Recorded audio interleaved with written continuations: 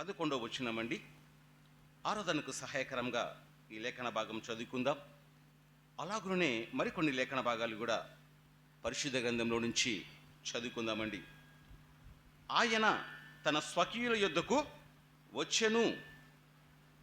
ఆయన స్వకీయులు ఆయనను అంగీకరింపలేదు. ఎవరు ఈ ఆయన? ఎందుకు గౌరవ పదం సంబోధింపబడింది?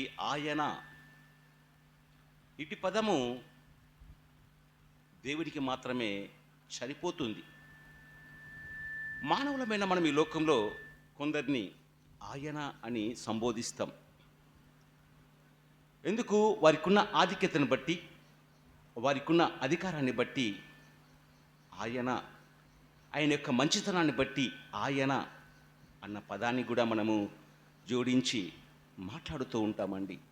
కానీ ఇక్కడ రాయబడ్డ ఆయన ఎవరు? ఈ ఆయన గురించి రాయబడ్డ మాటలు పరిశుద్ధ గ్రంథంలో అనేకమున్నాయి. అనేకము మనము చదువుకోలేం కదండి. మనకు అవసరమైన మాటలే, ఆరాధనకు సహాయకరంగా మనకు కావలసిన మాటలే పరిశుద్ధ గ్రంథంలో ఆనాడు బోయజు పొలంలో మరి రూతమ్మ ఏరుకున్నట్లు మనం కూడా లేఖనాలను ఏరుకుందామండి. గమనిద్దాం. మరి ఈ ఆయన గురించి రాయబడ్డ మాట మనం గమనిస్తే రోమిలకు రాసిన పత్రికలో ఆ మాటలు రాయబడి ఉన్నాయి. 9వ అధ్యాయము 5వ వచనం. ఎవరు ఇంతకు ఈయన? ఎవరు ఇంతకు ఆయన? అక్కడ రాయబడ్డ మాట మనం గమనిస్తే రోమా 9వ అధ్యాయము 5వ వచనము. రోమిలకు రాసిన పత్రిక 9వ అధ్యాయం 5వ వచనము. పితరులు వీరివారు. ఎవరు వీరు? 4వ వచనంలో వీరు ఇశ్రాయేలీయులు రాయబడింది. గమనించండి, మరొకసారి ఆ మాట చదువుకుందామండి. మరి పితరులు వీరివారు. ఎవరు వారంటే 4వ వచనంలో వారు ఇశ్రాయేలీయులు రాయబడింది. ఈయన శరీరం బట్టి క్రీస్తు వీరిలో పుట్టెను. శరీరం బట్టి క్రీస్తు వీరిలో పుట్టెను. ఎవరిలో? ఇశ్రాయేలీయులో పుట్టాడు. ఆయన ఎవరు ఇంతకు? ఈయన సర్వాధికారి అయిన దేవుడై ఉండి, ఈయన సర్వాధికారి అయిన దేవుడై ఉండి నిరంతరము స్తోత్రార్హుడై ఉన్నాడు. ఆమెన్ అని అక్కడ రాయబడింది. ఆయన సర్వాధికారి అయిన దేవుడు, ఆయన సర్వాంతరయామి. అంతేనంటే అంతే కాదండి. ఈయన గురించి ఇంకా అనేకమైన మాటలు భక్తులు రాశారు. ఇంతకు ఈయన ఎవరో మనం గమనిస్తే ఇదే యోహాన్ రాసిన సువార్తలో మరి ఈ యోహాన్ భక్తుడు మరి ఈ సువార్త ఆయన గురించి రాయబడ్డ మాటల్లో మనం గమనిస్తే కొన్ని మాటలు మనం గమనించగలం. ఈ సువార్త పత్రికలో, యోహాన్ రాసిన సువార్త పత్రికలో మనం పత్రికలో గమనించగలము, సువార్తలో కూడా గమనించగలం. ఒకే భక్తుడే సువార్త రాశాడు, 3 పత్రికలు రాశాడు, ప్రకటన గ్రంథం రాశాడు. ఆ భక్తుడు దేవుని యొక్క ఔన్నత్యాన్ని, దేవుని యొక్క గొప్పతనాన్ని కళ్ళారా చూచి రాశాడు. ఈ మాటలన్నీ కూడా మనం గమనిస్తే ఇక్కడ ఈ యోహాన్ రాసిన సువార్తలో బాప్తిసమిచ్చే యోహాన్ కూడా యేసుక్రీస్తు ప్రభువుని గురించి సాక్ష్యం ఇస్తాడండి. ఇంతకు ఈయన ఎవరో ఇక్కడ రాయబడ్డ మాట మనం గమనిస్తే యోహాన్ రాసిన సువార్త 1వ అధ్యాయము 1వ వచనంలో ఉన్న మాట. ఆదియందు వాక్యము ఉండెను, వాక్యము దేవుని యొద్ద ఉండెను, వాక్యము దేవుడై ఉండెను. ఆయన, గమనించండి పదం, ఆయన ఆయన ఆయన అన్న పదాలు మనం గమనిస్తున్నామండి. ఆయన ఆదియందు దేవుని యొద్ద ఉండెను. ఇక్కడ ఇందాక చూశాం, ఆయన తన స్వకీయుల వద్దకు వచ్చెను. ఆయన స్వకీయులు ఆయనను అంగీకరింపలేదన్న మాట మనం గమనించాం. ఎవరు అని మనం గమనించుకుంటూ లేఖనాలను పరిశీలించినప్పుడు మనకు అనేకమైన విషయాలు అర్థమవుతూ ఉన్నాయండి. ఆయన ఆదియందు దేవుని యొద్ద ఉండెను, సమస్తమును ఆయన మూలంగా కలిగెను, కలిగి ఉన్నది ఏదియు ఆయన లేకుండా కలగలేదు. సమస్తాన్ని కలగజేసిన సృష్టికర్త ఆయన, సర్వాధికారి అయిన దేవుడు. పరలోకంలో, భూలోకంలో, పాతాళ లోకంలో ఏకకాలంలో ఏకబిగిగా ఒకే సమయంలో ఉండగల సామర్థ్యం గల దేవుడు. ఆకాశం ఆయన సింహాసనం, భూమి ఆయన పదపీఠము. చూడండి ఎంతటి గొప్పవాడో దేవుడు, ఎంతటి గొప్పవాడో చూడండి దేవుడు. మనం గమనిస్తున్నాం లేఖనాలు. ఇక్కడే మనం గమనిస్తే 14వ వచనంలో కూడా రాయబడ్డ మాట, ఇదే సువార్త, యోహాను రాసిన సువార్త 1వ అధ్యాయము 14వ వచనంలో ఉన్న మాట మనం గమనిస్తే, ఆ వాక్యము దేవుని యొద్ద ఉన్న వాక్యము, ఆది యందు ఉన్న వాక్యము, దేవుడై ఉన్న వాక్యము, మరి ఆ వాక్యము శరీరధారి అయి కృపసత్య సంపూర్ణుడుగా మన మధ్య నివసించెను. తండ్రి వలన కలిగిన అద్వితీయ కుమారుని. ఈయన తండ్రి వలన కలిగాడు, మరియమ్మ వలన కాదు. మరియ కుమారుడు అనబడలేదు, ఆయన దేవుని కుమారుడు అనబడును అని రాయబడింది. మనకున్న మిడిమిడి జ్ఞానాన్ని బట్టి మనం లేఖనాలు సరిగా అర్థం చేసుకోక, దాని భావం తెలియక, దాని తాత్పర్యం తెలియక ఎవరో చెప్పిన మాటలు విని ఆ రీతిగా అంటాం. కానే కాదు. ఆ కుమారుడు దైవ కుమారుడు అనబడనని గబ్రియల్ దూత మరియమ్మతో చెప్పాడండి. మరియమ్మ గర్భాన ఉద్భవించాడు దేవుడు. మరియమ్మ కన్యక, పురుషుని ఎరగనిది. దేవుడు ఆమెను కోరుకున్నాడు. నీతిమంతురాలు, పరిశుద్ధురాలు కనుకనే ఏరుకొని ఆమె గర్భంలో పరిశుద్ధాత్మ దేవుడు ఆమెను ఆవేశించగా ఆమె గర్భం ధరించెను అని రాయబడింది. మనం గమనించగలం. మత్తయి సువార్తలో ఆయన జనన విధం ఉంది, లూకా సువార్తలో కూడా ఆయన జనన విధం ఎట్లనగా అన్న మాటలు గమనించగలమండి. ఆయన ఏ రీతిగా జన్మించాడో, ఆయన ఎవరో గమనిస్తున్నాం. ఆయన సర్వాధికారి అయిన దేవుడు ఇక్కడ చూస్తున్నాం. ఆ మాట మనం గమనిస్తున్నాం. తండ్రి వలన కలిగిన అద్వితీయ కుమారుని మహిమ వలె మనం ఆయన మహిమను కనుగొంటిమి.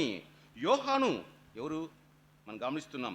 ఆయన గురించి సాక్ష్యం ఇచ్చుచు బాప్తిస్మిచ్చు యోహాను చాలామంది ఉన్నారు, గమనించాలి. అందుకే మరొకసారి వివరంగా చెప్తున్నా. బాప్తిస్మిచ్చు యోహాను ఆయన గురించి సాక్ష్యం ఇచ్చుచు, నా వెనుక వచ్చేవాడు నాకంటే ప్రముఖుడు గనుక ఆయన నాకంటే, ఆయన ఆయన ఆయన అన్న పదాలు మనం పదే పదే ఆ మాటలు మన గమనానికి వస్తూ ఉన్నాయి. ఆరాధన సహాయకరంగా ఆ లేఖనాలు జ్ఞాపకం చేసుకుంటాం. ఆయన నాకంటే ముందటివాడు ఆయనను, నేను చెప్పినవాడు ఈయనే అని ఎలుగెత్తి చెప్పెను అంటూ మరొక మాట ఇక్కడ రాయబడ్డ మాట మనం గమనించగలం. ఇదే అధ్యాయము, ఇదే సువార్త. మరి 27వ వచనం 2వ భాగంలో, ఆయన చెప్పుల వారును ఇప్పటికైనా నేను యోగుడను కానని వారితో చెప్పాను. 30వ వచనం, నా వెనుక ఒక మనుషుడు వచ్చుచున్నాడు, ఆయన నాకంటే ప్రముఖుడు గనుక నాకంటే ముందటివాడు ఆయనని నేను ఎవరి గురించి చెప్పితునో ఆయనే ఈయన. తన శిష్యులకు చూపిస్తూ చెప్తున్నమాట. బాప్తిస్మిచ్చు యోహాను శిష్యులకు యేసు ప్రభును చూపిస్తూ చెప్తున్నమాట. ఈయన నాకంటే ముందటివాడు, ప్రముఖుడు. ఈయన యొక్క గొప్పతనం గురించి చెప్తున్న మాటలు గమనిస్తున్నామండి. మనం గమనిస్తే ఆయన ఇంకా మరికొన్ని మాటలు గమనిద్దామండి. ఇక్కడ యోహాన్ సువార్త రాసిన భక్తుడు, ఆ మాటలు ఇంకా ఉన్నాయి. మరి మనం గమనిస్తే అలాగనే బాప్తిస్మిచ్చు యోహాను యేసు ప్రభుని గురించి ఇస్తున్న సాక్ష్యాన్ని మనం గమనిస్తున్నామండి. మనం గమనిస్తే కొన్ని మాటలు రాయబడ్డాయి, చూడమండి. అపోస్తున్న పౌలు ఫిలిప్పీయులకు రాసిన పత్రిక 2వ అధ్యాయము ఆయన అన్న పదం ఇక్కడ కూడా రాయబడింది. భక్తుడు పౌలు కూడా దేవుని యొక్క దివ్య దర్శనాన్ని చూచినవాడు. దమస్కు మార్గంలో గొప్ప వెలుగును చూచితిని అంటాడు. ప్రకాశమానమైన వెలుగు, దేవుడు వెలుగై ఉన్నాడు అండి, వెలుగై ఉన్నాడు. ఆ వెలుగును చూచి భక్తుడు పౌలు ఏమైపోయాడు? గుడ్డివాడైపోయాడు. ఆ మాటలన్నీ అపోస్తల కార్యాల్లో రాయబడి ఉన్నాయి. మనకు కావలసిన మాట మనం గమనిద్దామండి. ఫిలిప్పీయులకు రాసిన పత్రిక 2వ అధ్యాయం, పేజీ నెంబర్ 179, పేజీ నెంబర్ 179, 2వ అధ్యాయము 6వ వచనం మనం గమనిస్తే ఇక్కడ ఆ మాటలు రాయబడి ఉన్నాయి. చూడండి. ఆయన ఎవరు? వాక్యమై ఉన్న ఆయన, శరీరధారి అయి ఉన్న ఆయన దేవుని స్వరూపం కలిగిన వాడై ఉండి, దేవుని స్వరూపము, ఆయన స్వరూపం ఏదండి? దేవుని స్వరూపము. ఇదే భక్తుడు మరొక పత్రికలో పక్కనే కొలస్సీలకు రాసిన పత్రికలో కూడా రాయబడింది. చూద్దాం, పక్కనే తిప్పండి. ఈ పత్రిక తిప్పుతానే కొలస్సీ వస్తుందండి. కొలస్సీలకు రాసిన పత్రికలో కూడా రాయబడే ఆ మాటలు చూద్దాం. 1వ అధ్యాయము 15వ వచనం, ఆయన అదృశ్య దేవుని స్వరూపి అయి. అక్కడ చూశాం, ఆయన దేవుని స్వరూపము, ఇక్కడ అదృశ్య దేవుని స్వరూపి అయి. దేవుడు ఎవరండి? అదృశ్యుడు. ఎవరికి కనబడతాడా? కనబడితే మనం మాడి మసి అయిపోతామండి. మహిమలో ఉన్న దేవుని మనం చూస్తే మాడి మసి నుషై కనబడకుండా పోతాం, దుమ్మైపోతాం అంతే. అంతటి తేజవంతమైన వాడు, అంత ప్రభావం గలవాడు, అంత మహిమ గలవాడు. సమీపింపరాని తేజస్సులో ఆయన మాత్రమే వసిస్తూ అమరత్వం గలవాడై ఉన్నాడు. ఆయన అమరుడు, ఆయన చిరంజీవి. ఆయన చిరంజీవి, మరణము లేదు, స్వయంభువుడు, మనకు అర్థం కాడు, ఆయన అగోచరుడు, మన సమీపానే ఉన్నాడు, ఆత్మరూపిగా సంచరిస్తూ ఉన్నాడు. మనం గమనిస్తున్నాం, అదృశ్య దేవుని స్వరూపి అయి సర్వ సృష్టికి ఆది సంభూతుడై ఉన్నాడు. ఎవరండి ఈయన? సర్వ సృష్టికి ఆది సంభూతుడై ఉన్నాడు. ఆది యందున్న దేవుడు, అంతం వరకు ఉండేవాడు, ఆల్ఫా ఒమేగా అయి ఉన్న దేవుడు. మనం గమనిస్తున్నామండి. ఇక్కడ మనం గమనిస్తే 16వ వచనంలో, ఏలయనగా ఆకాశమందున్నవియు భూమి యందున్నవియు దృశ్యమైనవి కానీ అదృశ్యమైనవి కానీ. దృశ్యం అంటే కనబడేటివి, అదృశ్యం అంటే కనబడనివి ఎన్నో ఉన్నవి. దేవుడు ఒక్కడే కాదు అదృశ్యుడు. కనబడనివి వాటిని దేవుడు సృజించాడు, అదృశ్యుడైన దేవుడు. గాలి మనకు కనబడదు, మనలో ఉన్న ఆత్మ మనకు కనబడదు. కనబడుతుందా? మనలో ఉన్న ఆత్మ మనకే కనబడదు. ఎదుటి వ్యక్తి యొక్క ఆత్మ ఎలా కనబడుతుంది? కనబడదు. అలాగనే విద్యుత్ కూడా మన కంటికి కనబడదు. గాలి, విద్యుత్తు, ఆత్మ కనబడనివి అనేకం ఉన్నాయి. ఇక్కడ చూస్తున్నాం, దృశ్యమైనవి, కనబడేటివి, కనబడనివి కూడా. మరి అవి సింహాసనములైనను, ప్రభుత్వములైనను, ప్రధానులైనను, అధికారములైనను సర్వమును ఆయన యందు సృజింపబడెను. సర్వమును ఆయన ద్వారాను ఆయనను బట్టి సృజింపబడెను. ఆయన అన్నిటికంటే ముందుగా ఉన్నవాడు, అన్నిటికంటే ముందుగా ఉన్నవాడు. ఆయన సమస్తమునకు ఆధారభూతుడు. చూస్తున్నాం పైన ఆయన ఆది సంభూతుడు అన్న మాట గమనించాం. ఇక్కడ సమస్తానికి ఆధారభూతుడు, ఆయనే ఆధారం. సమస్తానికి ఆధారం ఆయనే అండి. ఆయన సమస్తమునకు, మనం చూస్తున్నాం, ఆయనే సమస్తమునకు ఆధారభూతుడు. సంఘము అను శరీరమునకు ఆయనే శిరస్సు. అనేక మంది చెప్పే మాట, సంఘమునకు శిరస్సు దేవుడు అంటారు. కాదు. ఏం చెప్తుంది లేఖనము? గమనించాలండి. క్రైస్తవులు మనం చెప్పే ప్రతి వ్యక్తి మాట వింటూ తలలు ఊపడం కాదు. మనకు లేదా జ్ఞానం? మనకు కూడా ఉంది. క్రీస్తుకు శిరస్సు దేవుడు అని రాయబడింది. అది తెలియక సంఘానికి శిరస్సు దేవుడు, సంఘానికి శిరస్సు దేవుడు. తప్పండి. లేఖనాలు ఏం చెప్తాయో అయ్యే చెప్పాలి. నీ సొంత జ్ఞానము, సొంత ఆలోచన పనికి రాదు. పనికి రాని వారము మనం. పనికొచ్చే వారిగా చేసుకున్నాడు ఆయన, అంతే. కానీ లేఖనాలు ఆపోసనం పట్టి పరిశీలించి పరిశోధించి, సమయం లేకుంటే అవసరం లేదు. ఎందుకు? మనకు సమయం ఉంటే ధ్యానించాలి.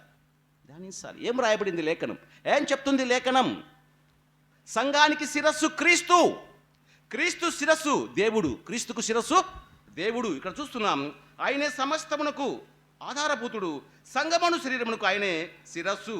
అంతేకాదండి, మనం గమనిస్తే 2వ అధ్యాయము 10వ వచనంలో కూడా రాయబడింది, మరియు ఆయన యందు మీరు సంపూర్ణులై ఉన్నారు. ఆయన సమస్త ప్రధానులకును అధికారులకును శిరస్సై ఉన్నాడు. శిరస్సు ఆధిక్యత. క్రీస్తుకు శిరస్సు దేవుడు, సంఘానికి శిరస్సు క్రీస్తు, స్త్రీకి శిరస్సు పురుషుడు. ఆ మాటలన్నీ కూడా పరిశుద్ధ గ్రంథంలో భక్తుడు పౌలు లిఖించాడండి. మనం గమనిస్తున్నాం, ఆయన సంఘానికి శిరస్సు. ఆయనకు అన్నిటిలో ప్రాముఖ్యం కలుగు నిమిత్తము ఆయన ఆది అయి ఉండి మృతులలో నుండి లేచుటలో ఆది సంభూతుడాయను. మృతులలో నుండి లేవడం ఎక్కడైనా జరిగిందా? సృష్టి ప్రారంభించిన నాటి నుంచి నేటి వరకు ఎక్కడ జరగలేదండి. మృతులలో నుండి ఆది సంభూతుడిగా లేచాడు. ఎవరు ఈయనంటే, ఈయన గురించి రాయబడ్డ మాట, ఆయన సశరీరుడుగా ప్రత్యక్షుడు ఆయన మాట కూడా భక్తుడు పౌలు తిమోతికి రాసిన పత్రికలో ఈ మాట కూడా రాయబడి ఉంది. మరి మనం గమనించగలం ఆ మాటలన్నీ కూడా. మనం చూస్తే ఇక్కడ యోహాను రాసిన సువార్తలో మరి మనం గమనిస్తున్నాం, ఆయన తన స్వకీయుల వద్దకు వచ్చును, ఆయన స్వకీయులు ఆయనను అంగీకరింపలేదంటే ఆయన దైవము తృణీకరింపబడినవాడు. భక్తుడు పౌలు రాసిన మాటలు చూశాం. ఇంతకన్నా ముందుగా, ఈ భక్తుడు రాయడానికన్నా ముందుగా ఆనాడు యేషయ్య ప్రవక్త కూడా యేసు ప్రభుని గురించి ముందే ప్రవచించాడు. ఆ ప్రవచనం మనం గమనిద్దామండి. 53వ యేషయ్య గ్రంథం అధ్యాయం 53వ అధ్యాయం. అక్కడ కొన్ని మాటలు అర్థానికి సహాయకరంగా చదువుకుందామండి. కొన్ని మాటలు చదువుకుందాం. పేజీ నెంబర్ అండి 614, పేజీ నెంబర్ 614, 53వ అధ్యాయము. మనం గమనిస్తే ఇక్కడ ఎందుకు తృణీకరింపబడ్డాడు ఈయన? ముందే ఈ ప్రవచనం నెరవేరబడక మునిపే మరి యేషయ్య ప్రవక్త రాబోతున్నాడు, మెషియా రాబోతున్నాడు, రక్షకుడు అని ముందే తెలియజేశాడు ఈ ప్రవక్త. మనం గమనిస్తే 53వ అధ్యాయము పేజీ నెంబర్ 614, మేము తెలియజేసిన సమాచారం ఎవడు నమ్మెను? క్వశ్చన్ మార్క్ అండి ఇక్కడ. యెహోవా బాహువు ఎవనికి బయలుపరచబడెను? లేత మొక్కబలను, ఎండిన భూమిలో మొలిచిన మొక్కబలను అతడు ఆయన ఎదుట పెరిగెను. అతడు ఆయన ఎదుట పెరిగెను. అతనికి స్వరూపమైనను సొగసైనను లేదు. మనం అతన్ని చూసి అపేక్షించినట్లుగా అతని యందు స్వరూపము లేదు. అతడు తృణీకరింపబడి ఉన్నవాడాయను. ఆయన తన స్వకీయుల వద్దకు వచ్చెను. ఆయన స్వకీయులు ఆయనను అంగీకరించలేదు. అంటే దాని అర్థం ఏంటంటే తృణీకరించారు. ముందే చెప్పాడు, తృణీకరింపబడినవాడు. ఆయన స్వరూపము సొగసు కోల్పోయాడు. ఎవరి కొరకు? నీ కొరకు, నా కొరకు, మన కొరకు, సకల మానవాళి కొరకు.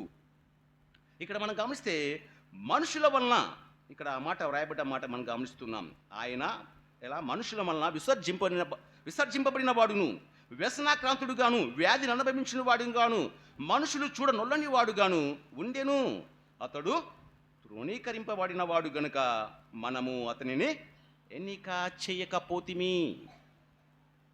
దేవుని ప్రజలైన ఇశ్రాయేలీయులు యేసు ప్రభువును ప్రభువుగా స్వీకరించలేదు, రక్షకుడుగా అంగీకరించలేదు, మెస్సియాగా అంగీకరించలేదు. తృణీకరించారు. అంగీకరించక తృణీకరించారండి.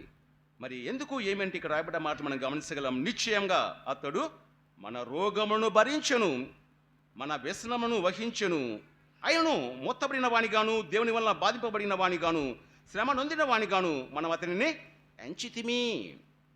ఇక్కడ మనకు గమనిస్తే మరికొన్ని మాటలు. మన అతిక్రమ క్రియలను బట్టి ఇతడు గాయపరచబడెను. ఏదైనా నేరం చేశాడా? ఏదైనా పాపం చేశాడా అంటే లేదండి, లేదు. యేసుక్రీస్తు ప్రభు జననంలో పాపం లేదు, ఆయన జీవితంలో కూడా పాపం లేదండి.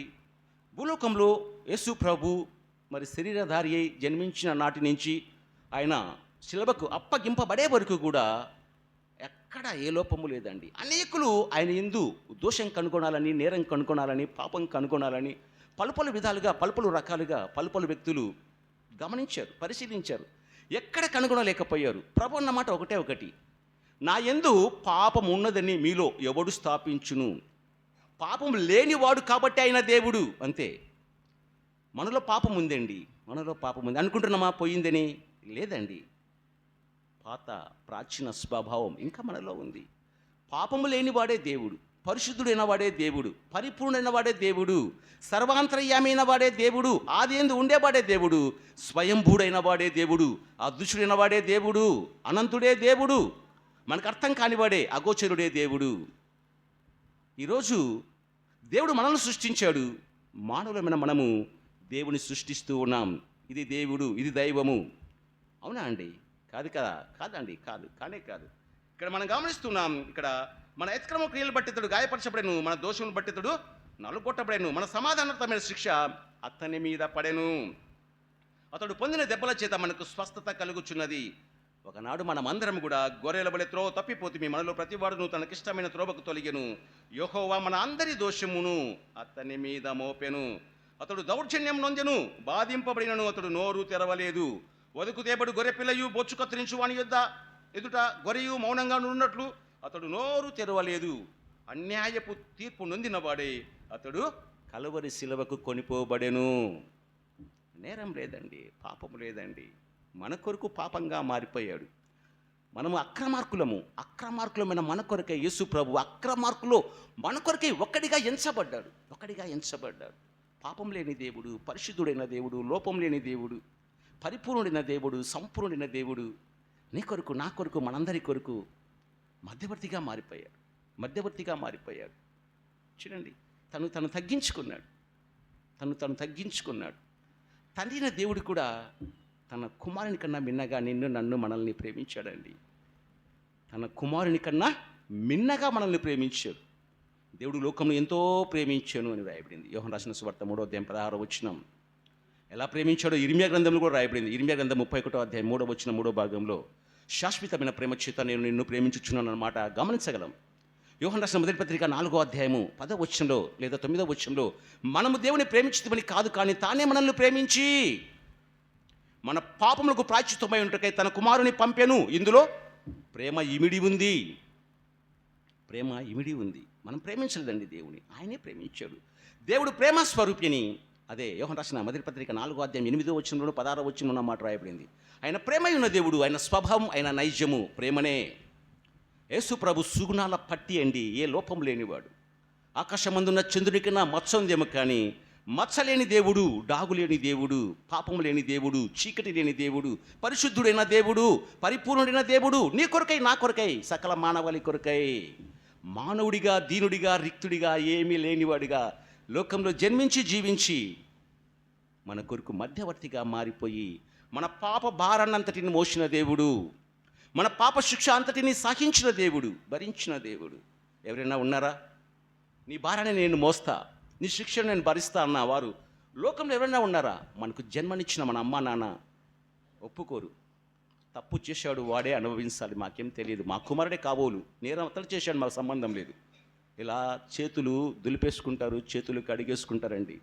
ఇది మన ప్రేమ. కానీ ఆయన ఏ నేరం ఏ పాపం చేయకపోయినా మనల్ని ప్రేమించి స్వచ్ఛందంగా మనల్ని దుర్వాసన వస్తున్న మనల్ని పరిమళ వాసనగా చేయడానికి తండ్రి ప్రేమించాడు. తనయుడై ఉన్న యేసుక్రీస్తు ప్రభు కూడా ప్రేమించాడు. యోహాను రాసిన సువార్త 3వ అధ్యాయం 16వ వచనంలో ఆ మాట రాయబడింది. ఎఫెసీయులకు రాసిన పత్రిక 5వ అధ్యాయం 2వ వచనంలో రాయబడింది. క్రీస్తు కూడా మిమ్మును ప్రేమించి మీరు పరిమళ వాసనగా ఉండుటకై మీ కొరకై తాను దేవునికి బలిగా అర్పణంగా అప్పగించుకున్నాను. పరిమళ వాసనగా చేయడానికి, దుర్వాసన పోగొట్టడానికి, మనకు నిత్యజీవం ఇవ్వడానికి, పరలోకం ఇవ్వడానికి, ఆత్మచిత్త నింపబడడానికి, ఆత్మచిత్త ముద్రించడానికి సంఘమనే ఆయన స్వరక్తమిచ్చి సంపాదించిన సంఘమనే శరీరంలో నిన్ను నన్ను మనల్ని అంగాలుగా చేయడానికి యేసు ప్రభు ఆ కలవరి శిలువకు తను స్వచ్ఛందంగా అప్పగించుకున్నాడు. ఆ కలవరి శిలువలో మరి అప్పగింపబడక మునుపు పట్టుకొని అనేక రకంగా హింసించారు, చిత్రవధకు గురి చేశారు. క్రీస్తు మీ కొరకు బాధపడి, క్రీస్తు శరీరమందు శ్రమపడినట్టు భక్తుడు పేతురు రాసిన మొదటి పత్రికలు ఈ మాటలన్నీ కూడా రాయబడి ఉన్నాయి. శ్రమపడ్డాడు, మన కొరకు బాధపడ్డాడు. మన కొరకు బాధపడేవారు ఎవరు లేరు, మనల్ని ప్రేమించేవారు ఎవరు లేరండి. ఆయన ఇలా మన కొరకై రక్తం కార్చాడు. ఎందుకు? మన పాపానికి పరిహారం కలగాలంటే రక్తం చిందింపబడాల్సిందే. ఎడ్ల యొక్కయో మేకల యొక్కయో రక్తము నీ నా మన పాపాలకు పరిహారం లేదు. మన పాపాలకు పరిహారం కలగడానికి యేసు ప్రభు ఆ కలవరి శిలువలో తన రక్తాన్ని చిందించాడు. అంతేకాకుండా తన ప్రాణాన్ని తృణప్రాయంగా ఎంచి నీ కొరకై నా కొరకై దేవునికి బలిగా అప్పగించుకున్నాడు. చనిపోయాడు, సమాధి చేయబడ్డాడు. తిరిగి నీ కొరకై నా కొరకై మన కొరకై విశ్వసించిన వారందరి కొరకై మృత్యుంజయుడై లేచి పరమునకు ఆరోహణ వెళ్ళిపోయాడు. తిరిగి అవరోహణం రాబోతున్నాడు. వెళ్ళిపోయిన దేవుడు తిరిగి వస్తాడు. ఎవరిని? నమ్మిన ఆయన పిల్లల్ని పరలోకం తీసుకుపోవడానికి రానై ఉన్నాడు. మరి మధ్యాకాశానికి వస్తాడు, మేఘం మీద వస్తాడు. మనల్ని కూడా నమ్ముకున్న మనల్ని కూడా మేఘాలపైన మనం అక్కడికి కొనిపోబడతాం. ఆ ధన్యత నీకు నాకు మనకు దేవుడు ఇచ్చాడు. అంతేనా? లెక్కలేనన్ని ఉపకారాలు మనం పొందుకుంటున్నామండి. మన తల వెంట్రుకలు ఎన్ని ఉన్నాయో అన్ని ఉపకారాలు చేశాడు. నాకేం చేశాడని మనం అనడం కన్నా నేనేం చేశాను దేవునికి, ఇది మన హృదయంలో జనించాల్సిన ప్రశ్న. నాకు దేవుడు ఏం చేయాలని నమ్ముకున్నా అనే దానికంటే నేను నా కొరకు ప్రాణం పెట్టిన యేసు ప్రభు కొరకు నేనేం చేశాను, నేను ఎట్లా ఉపయోగపడ్డాను ఆయనకు, ఇది ఈ ప్రశ్న మనలో ఉండాలి. ఆయన్ని ప్రశ్నించడం కాదు, మనం ప్రశ్నించుకోవాలి. ఇంతకన్నా మన కొరకు మన పాపాల కొరకు ప్రాణం పెట్టే దైవం కన్నా ఎవరన్నా ఏదైనా చేశారండి? నిజంగా కేవలం విశ్వాసం ఉంచాం, నమ్మాం అంతే. నమ్మడం ద్వారా మనకు పరలోక భాగ్యం, మన పాపాలకు క్షమాపణ, మన జన్మ ప్లస్ కర్మ పాపాలకు క్షమాపణ, పరలోకము. ఈ లోకంలో ఉండగా భద్రత, భరోసా, ఆత్మచిత్త ముద్రించాడు. దుష్టుడు ముట్టకుండా ఆత్మచిత్త ముద్రించాడు. తన ఆత్మను నీకు నాకు సంచకరువుగా ఇచ్చాడు. లెక్కలేనన్ని ఉపకారాలు పొందుకున్న నీవు నేను ఎల్లప్పుడూ ఈ లోకంలో బ్రతుకు దినములు అన్నిటా కృతజ్ఞత గలభారమై కృతజ్ఞతాభావంతో ఆత్మదేవుడు అయి ఉన్న ఆయనని ఆత్మతో సత్యంతో ఏక మనసుతో ఏక భావంతో ఏక తాత్పర్యంతో నీవు నేను మనమందరం కూడా మనసావాస కర్మను ఆయన ఆరాధించి స్తుతించి ఆయన గణపరుద్దామండి. ఏమిచ్చినా ఆయన రుణం తీర్చుకోలేము. మన జీవిత కాలం అంతయు కూడా ఆయన స్తుతించినా కూడా ఆయన రుణము తీరదు. అది ఎప్పటికీ అట్లుండవలసినదే. చీకటి బ్రతుకులను వెలుగుమయంగా మార్చిన దేవుడు, మరణంలో ఉన్న మనల్ని జీవంలోనికి దాటించిన దేవుడు, మోడుబారిన మన జీవితాలను సిగురింపజేసిన దేవుడు, విలువలేని మనకు విలువనిచ్చిన దేవుడు. ఇంకేం కావాలండి? ఇంకేమైనా కావాలా? మన జీవితాలకు, మన ఆత్మకు భద్రత, భరోసా కల్పించాడు. మన ఆత్మకు బీమా, అందుకే మనం ధీమాగా ఉన్నాం. కనుక ఏమిచ్చినా ఆయన రుణం తీర్చుకోలేం. కాబట్టి ఆత్మదేవుడైన ఆయన మనం అందరము ఆత్మతో, సత్యంతో, ఏక మనసుతో, ఏకభావంతో, ఏక తాత్పర్యంతో, మరి మన పూర్ణ హృదయంతో, పూర్ణ శక్తితో, పూర్ణ ఆత్మతో ఆ దేవుని స్తుతిద్దాం, ఆరాధిద్దాం, ఘనపరుద్దాం, ఆయన మహిమపరుద్దామండి. స్తుతులు చెల్లించుకుందామండి.